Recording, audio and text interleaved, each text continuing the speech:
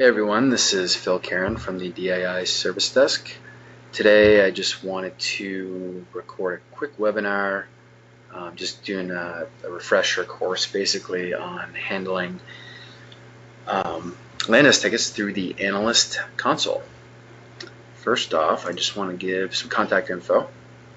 Like I said, DII Service Desk, that's got our phone number there, and we also have the Service Desk information mailbox, which we often field questions from, so feel free to contact us anytime you have an issue with anything, and certainly don't hesitate to contact us if you have any land desk questions. And with that being said, let's take a look.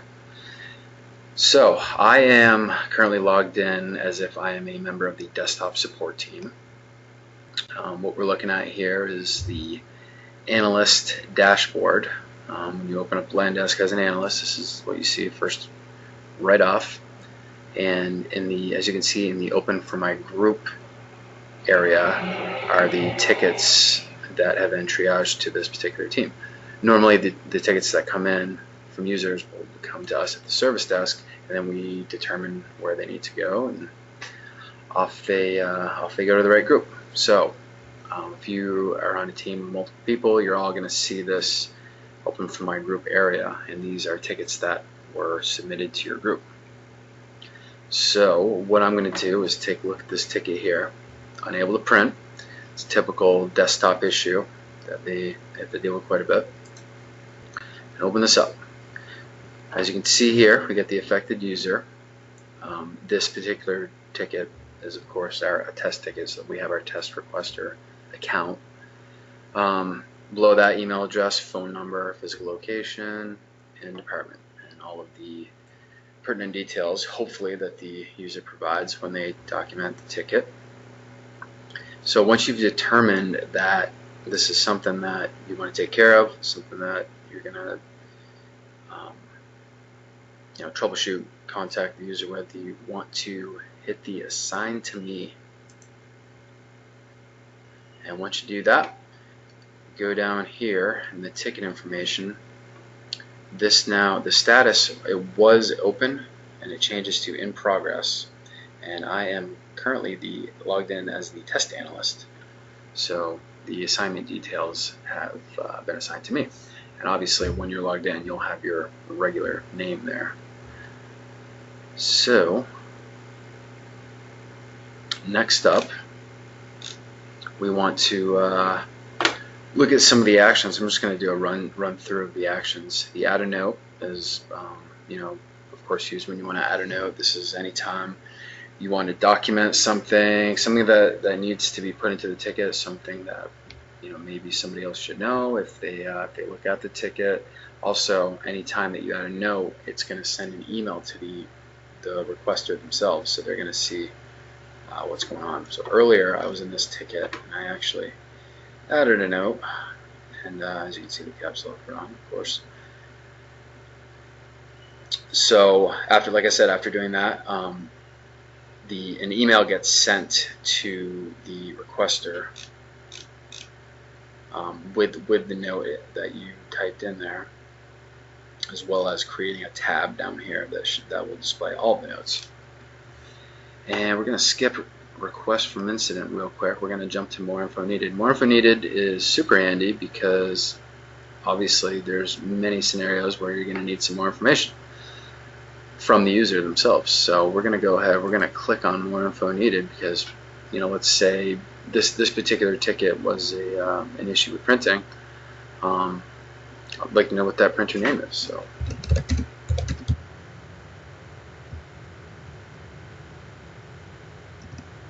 good piece of info right there. So what we're going to do is save and close. And once we do this, another thing that I should bring up is that the clock's always running on these tickets. There's a certain amount of time that we try to get them done in. And when I send when I click the more info action, what that does is it sends an email to the user asking them the question that I typed in there, and it changes the status to out with customer. What that means is that the clock has stopped.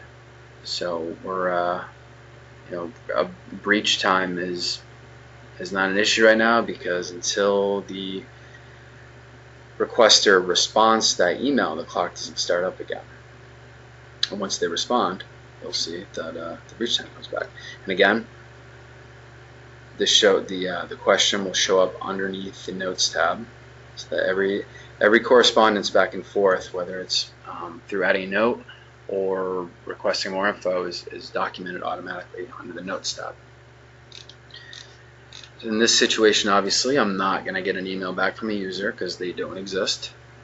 So anytime, if that's the case, or if I happen to enter the question myself, I can select the Back from Customer option.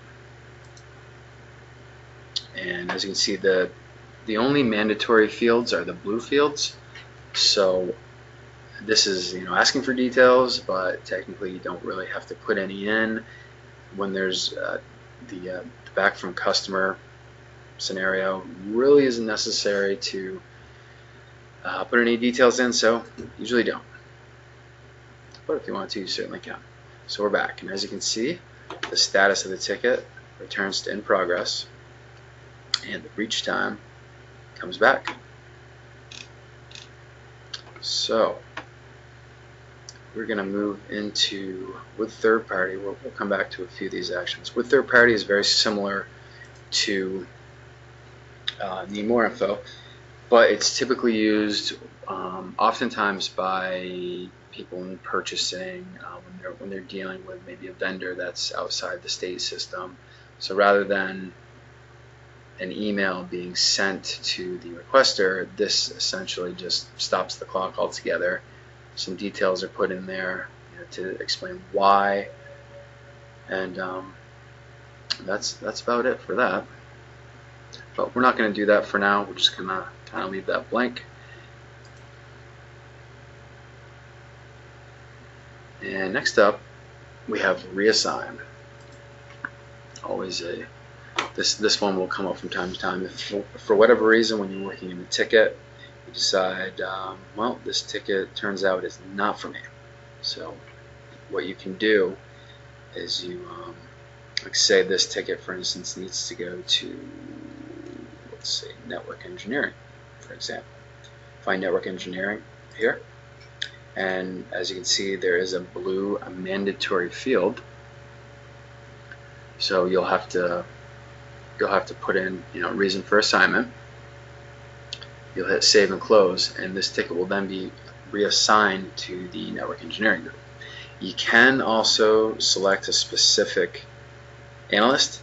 It's not typically recommended unless the analyst asks you to assign it to them. And when the ticket arrives in the new group's queue, they'll open it up.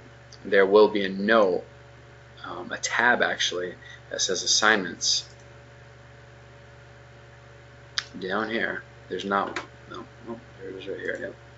So this came from the service desk initially, was assigned to the desktop support group, and then the test analyst, me, assigned it to myself. So this assignments tab shows you basically the trail of the ticket, where it goes. If I had just sent that to the network engineering group, there would be a fourth line here saying network engineering. So next up, we got add attachment. Pretty self-explanatory. Title it, hit browse, find the file to attach, save and close. Now you have an attachment.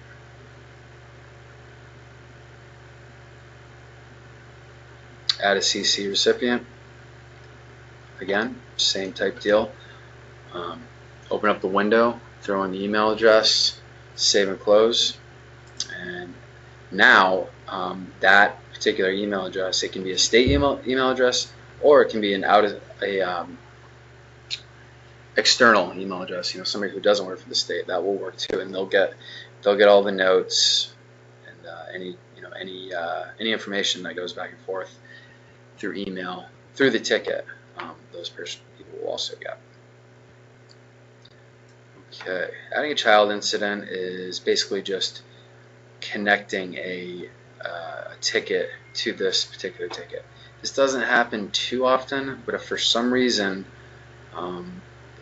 there's a couple similar tickets that need to be linked together, and so you just click on add child, you would then look up the ticket number. You could look it up from the number. Obviously there's a couple queries here: title, life cycle status, and you would click on the ticket, find it, and it would attach itself to this ticket. And again, anytime there's any sort of activity, typically a tab is going to show up. So if I had just attached a child ticket to this ticket then would become the parent ticket. Any ticket I attached to it would be a child ticket, and it would show up down here in a tab.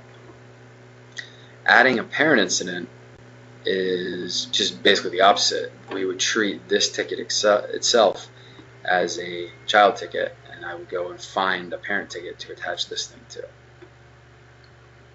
And detaching child incident, obviously, if there's a ticket attached to this, when I get rid of it, that's how you do it.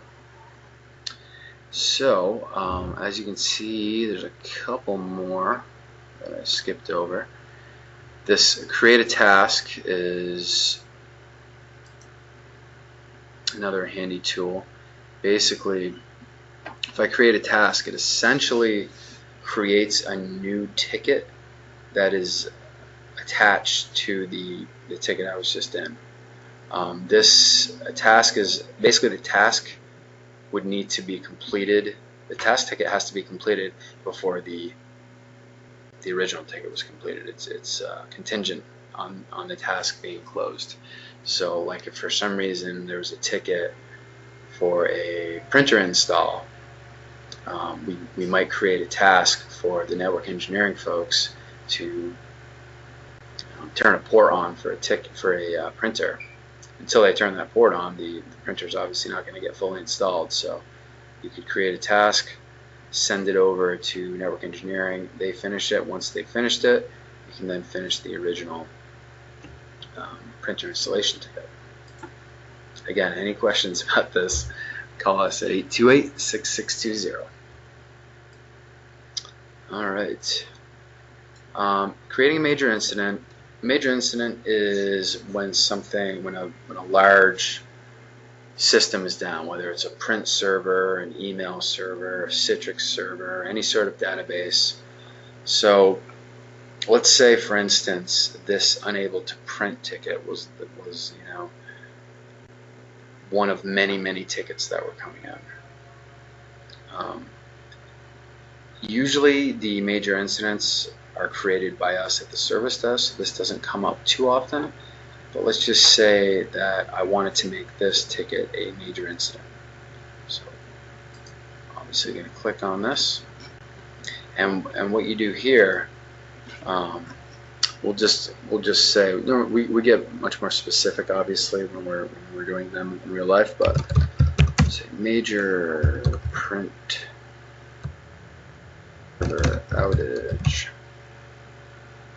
And just for lack of creativity, I'm going to put the same thing. Now, once I hit save and close, this ticket that I was just in is now a major incident. As you can see down here, the major incident box is checked off. And so basically what happens with a major incident is I'm gonna get out of here for a second.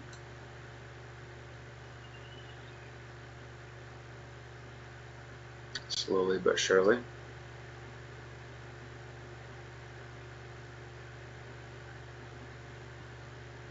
Okay. So then this major incident comes up on what we call the notice board. So people, if you go to, I'm looking at the Analyst dashboard right now. Keep in mind, when you're an analyst, you can also switch over to your self-service dashboard, which is what regular users that are not analysts see.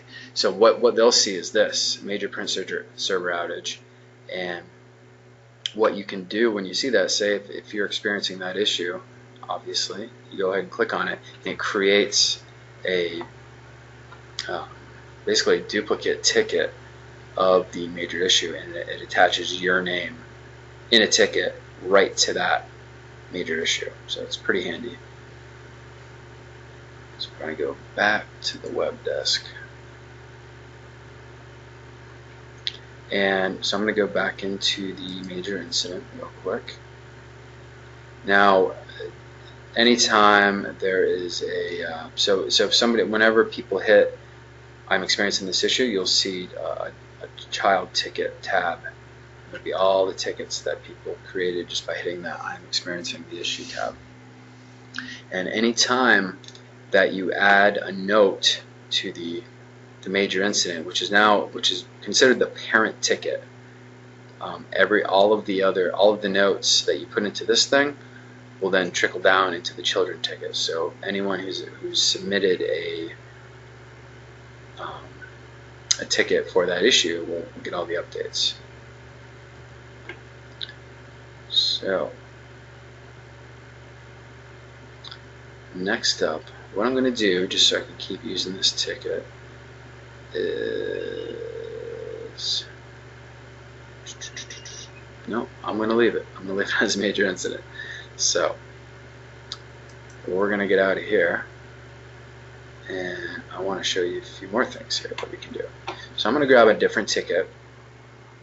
I want to just kind of tell you the difference between an incident and a service request. So whenever we see at the service desk, every single ticket comes in as an incident. And an incident, as you know, is something when something is broken. Like I got a broken monitor, a broken printer, something's not working the way it's supposed to work. A service request is when you would like something to be updated, when you would like something to be installed.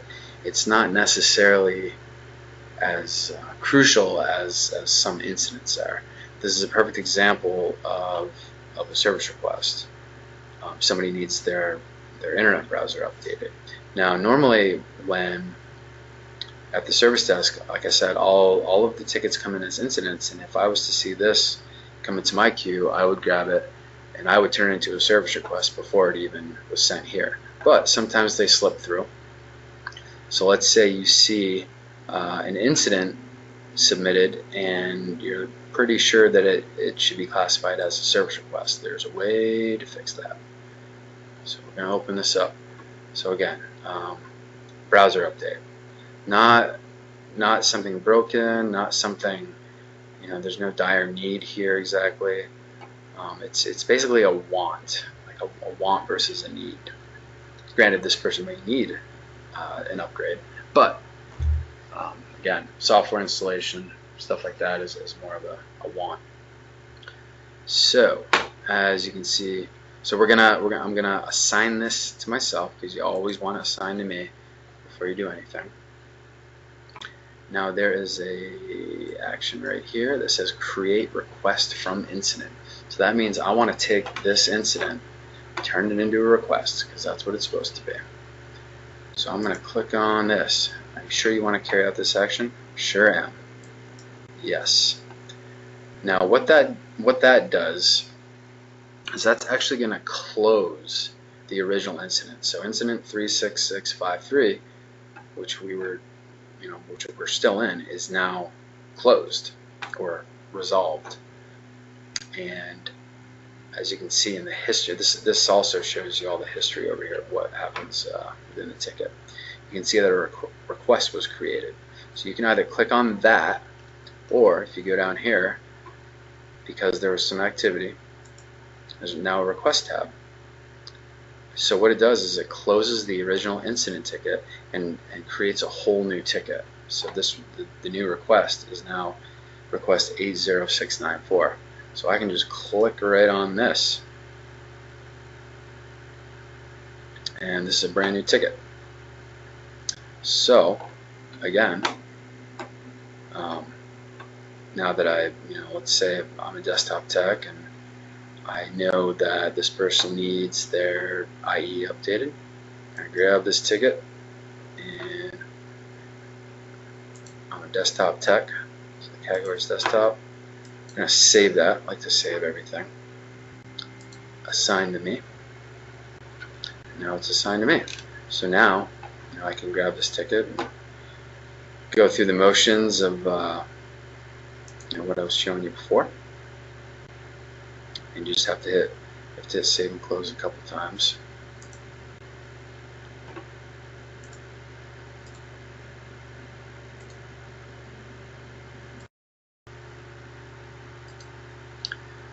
Okay, so continuing on, I just wanted to go through a couple more things on the tickets.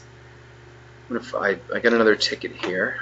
Monitor will not turn on. I just wanted to go over the whole closing of the ticket scenario. So assigned to me. So again, just another ticket. We'll go through the process of contacting the requester if need be, and do whatever it is you need to do. And so at the end of the day, when you decide that all is well, we're going to go to resolve. And we'd like to put as many details in the resolution details as possible. It just helps for for future ticket research. If there's a similar issue that comes up, a lot of times we can search tickets. Look at the if it's something that looks familiar. We'll click on an old ticket, look at the resolution details. Oh, okay, that's how that person fixed that. So it comes in handy a lot. For this situation, I'm not getting very specific, just going to say issue was resolved. Save and close. And the ticket then goes into, as you can see, it goes into survey completion status, which means the ticket is resolved. And the user is going to get a survey, and they have, I believe, 4 or 5 days to fill that out. If they don't fill it out, they don't fill it out. They don't have to. It's not mandatory. So basically, at this point, when it's in the survey completion status, you can actually unresolve the ticket for up to 5 business days. So the ticket is not closed; it's currently resolved. So for some reason, a person calls back like 2 days later, like, got the same issue, need help. There's really within 5 business days, we don't open a new ticket. We unresolve the old ticket. So click on unresolve. The summary is the mandatory field. Just obviously explain why it is that you're unresolving it. And you would hit save and close at that point. We'll say we're still not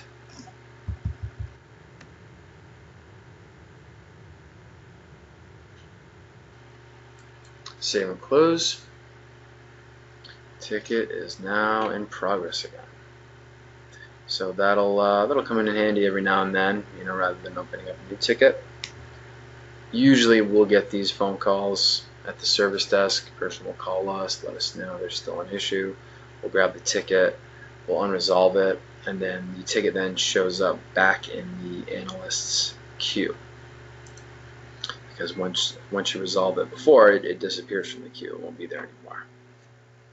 So in terms of working in a ticket, that is most of the kind of the common actions you'll be using, and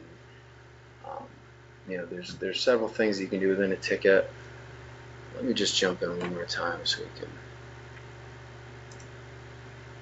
take one more look. Looks like we've covered just about everything.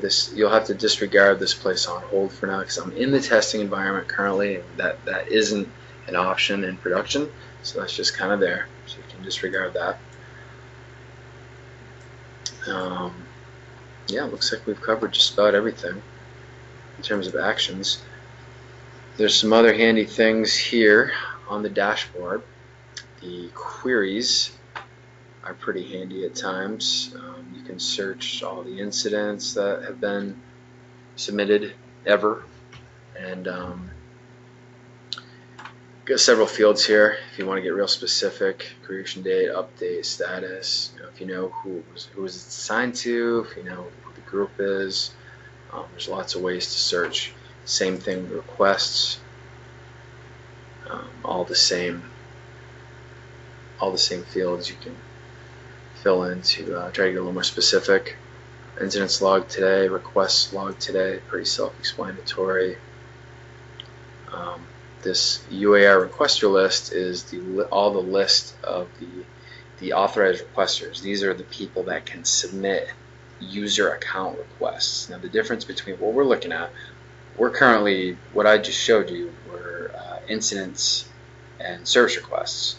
These are basically just things that are referring to equipment, whether it's computers or printers or just your account, you're not being able to log on, things like that. User account requests, which are a completely different module, are for new hires, terminations, and changes to the accounts, like giving them different permissions. There's only certain people that can submit those tickets, and the UAR requester list shows you who all those people are. It's typically supervisors and certain admins have the rights to do that.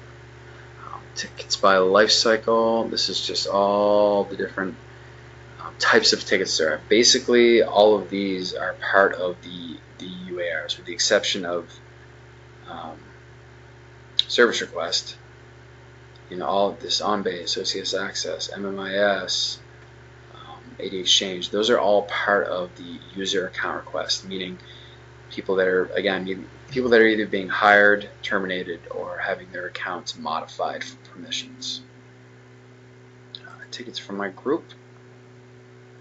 Again, just all the tickets that have been submitted, that were assigned to, in this case, desktop support group, because that's what I'm looking at. Tickets resolved. All the resolved tickets. You can type in somebody's name. Certain analysts, just type in their last name, it'll come up and show you all the tickets they've resolved. You can narrow it down with dates. Assignments I created. Basically, these are, if you put in a date range, it's just tickets that you've moved, which really isn't anything that any of you folks are going to have to worry about. User lookup is actually very handy. This is probably the best query. So this is like, we use it at the service desk a lot. Put myself in here. Say Phil Karen calls up and he's like, well, I put in a ticket the other day and just really wondering what the status is with it. I have no idea what the ticket number is. Well, I can plug in his name and I can click on the tickets for user and we can possibly find it here. So you have all the tickets that I've ever submitted as myself right here. UAR tickets, which are the, again, new hire, termination, and changes to existing. Open tickets for my department. Tells what groups I'm in, what roles I have, what my network logins are. So basically this user lookup query is pretty handy because you can find out all the information you need to about somebody. So let's go back out to the home page. Also, if you ever need to submit a ticket yourself, you don't necessarily have to switch over to the self-service. You can hit the old submit a ticket, you can submit an incident, you can submit a request, and that's not even just for you. So let's say somebody calls, you have to submit a ticket for somebody else. Anytime you you're submitting a ticket for yourself, you don't have to put anything in the affected user field, because as you can see, it's white and it just assumes that it's you, that it's for you. So because you're already logged into the computer. But if someone calls up and you have to put a ticket in for somebody else, well, you can do that. Put a ticket in here for Baker. There she is. Plugs her name and her email address in there, and then you would just fill it out as necessary. And the same thing goes if you're submitting a service request. And so for the most part, that is the Analyst dashboard in a nutshell. And that was pretty much most of the pertinent details in terms of working within a ticket. As I said, if anyone has any questions about anything, give any of us at the service desk a call, 828-6620. You can certainly ask for me. I try to get as much information out as possible for the analyst. There's also an analyst guide on our website. If you go to the how-tos, there's all sorts of information on Landesk, including the analyst guide that I try to keep updated. And so with that, I think we're going to stop recording for now. Thank you all very much.